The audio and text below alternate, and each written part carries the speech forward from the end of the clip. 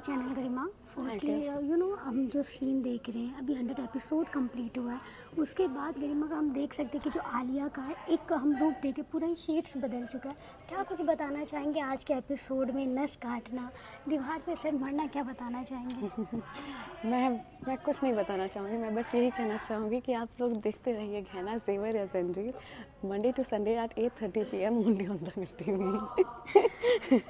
हम जानना चाहेंगे ऑन स्क्रीन तो बहुत ज़्यादा ऐसा लगता है कि अब चार्ज है, अब कुछ गलत कर देंगे, लेकिन ऑफ स्क्रीन उस चीज़ को बहुत ज़्यादा एंजॉय करती हूँ, उस चीज़ को डिस्कस करती हूँ। तो आप क्या कुछ बताना चाहेंगे, आप खुद कितना एंजॉय करिए इस सीन को? पहले तो जब मैं इनिशियली मैंने शो चालू किया था शूट करना, तो it use to affect my mental health, क्योंकि इतना साइकोनेस में और इतने पागलपन में मेरा सर दुखता था, मुझे नींद नहीं आती थी, तो मेरी नींद नहीं होती थी। नेक्स्ट डे सेट पे भी फिर वो ऐसा, मतलब although I don't drink, but वैसा हैंगओवर टाइप फील होता था कि हो क्या रहा है लाइफ में, you not able to function properly. But I think now I have got the skin of the character, so now it's easy. तो अब मैं जब भी पढ़ती हूँ ना अपनी लाइन्स या मैं कुछ भी हरकत कर रही हूँ, तो हम सब लोग ना हंसते हैं ज़ोर ज़ोर से कि अब क्या नया ड्रामा कर रही, अब क्या नया ड्रामा कर रही। मैंने कहा मैं जब सुबह उठती हूँ तो मैं चाय के साथ साथ ड्रामा ड्रामा ड्रामा। लाइफ में क्या चाहिए? एंटरटेनमेंट। मुझे चाहिए ड्रामा। वही हम बात करेंगे जो डेली शूट होता है। अगर कोई मूवीज़ बन रही हो तो it's okay, but daily shoots करना नॉट इजी। किस तरीके से आप अपनी लाइफ को बैलेंस करते हैं, खुद पे किस तरह से ध्यान देते हैं, क्योंकि बहुत ज़रूरी हो जाता है as an actor. Personal life तो कह सकते हैं कुछ है ही नहीं है। कुछ नहीं है, कुछ भी नहीं होती है। जब फ्रेंड्स से मिलना होता है तो किसी ना किसी अवार्ड शो में चले जाते हैं, क्योंकि वहाँ पर सारे एक्टर्स आते हैं, सारे फ्रेंड्स में वहीं मिल जाते हैं। So that is one place where we look forward to when it comes to your own personal मतलब फिटनेस एंड ऑल। तो मुझे जिम विम का, किसी का वर्कआउट का कुछ टाइम नहीं मिल रहा है, तो all I can balance it is with my diet.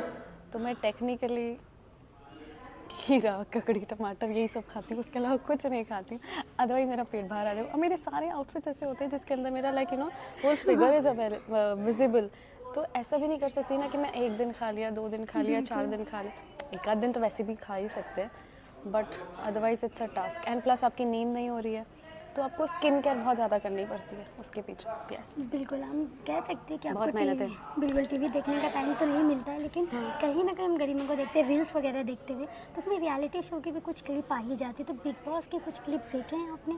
अरे मैंने रिसेंटली देखा है, एकता कपूर जी से वहाँ पर शो में आई थी। उफ, एक तो वो मैं उस बंदी पे ही फिदा हूँ। प्लस मैंने ऑफ कोर्स काम भी किया है, तो मैं एकता मैम को मैं वैसे ही बहुत हाई रिगार्ड्स पे रखती हूँ। बट वो जो बोलती है तो इतना एक्यूरेट, इतना कट टू कट बोलती है ना कि मज़ा ही आ जाता है। मतलब वो मतलब ऐसे चैनल अगर किसी ने बोल भी दिया कि अच्छा इसके लिए अच्छा बोलो या इसके लिए बुरा बोलो, वो नहीं सुनेगी। उन्हें जो फील होगा ना ये वही बोलेंगी। So that bluntness is something that I absolutely enjoyed. इसलिए मुझे जैसे वो क्लिप देखी, मुझे इच्छा हुई कि मेरे को ये वाला एपिसोड देखना है। तो अभी जैसे हम इंटरव्यू करेंगे उसके बाद मैं जाके वो एपिसोड देखूंगी। मैं जानना चाहेंगे विवियन के साथ उसके बारे में कुछ बताना चाहेंगे? आपने उनके साथ काम किया है, और जिस तरीके से बिग बॉस में इतना पेशेंस रखना बहुत डिफ़िकल्ट होता है। जो चीज़ें चल रही है, शायद और चीज़ें होगी जो फैंस नहीं देख पा रहे, हम नहीं देख पा रहे, लेकिन हम जो देख रहे हैं उसके ऊपर आपका क्या कहना है?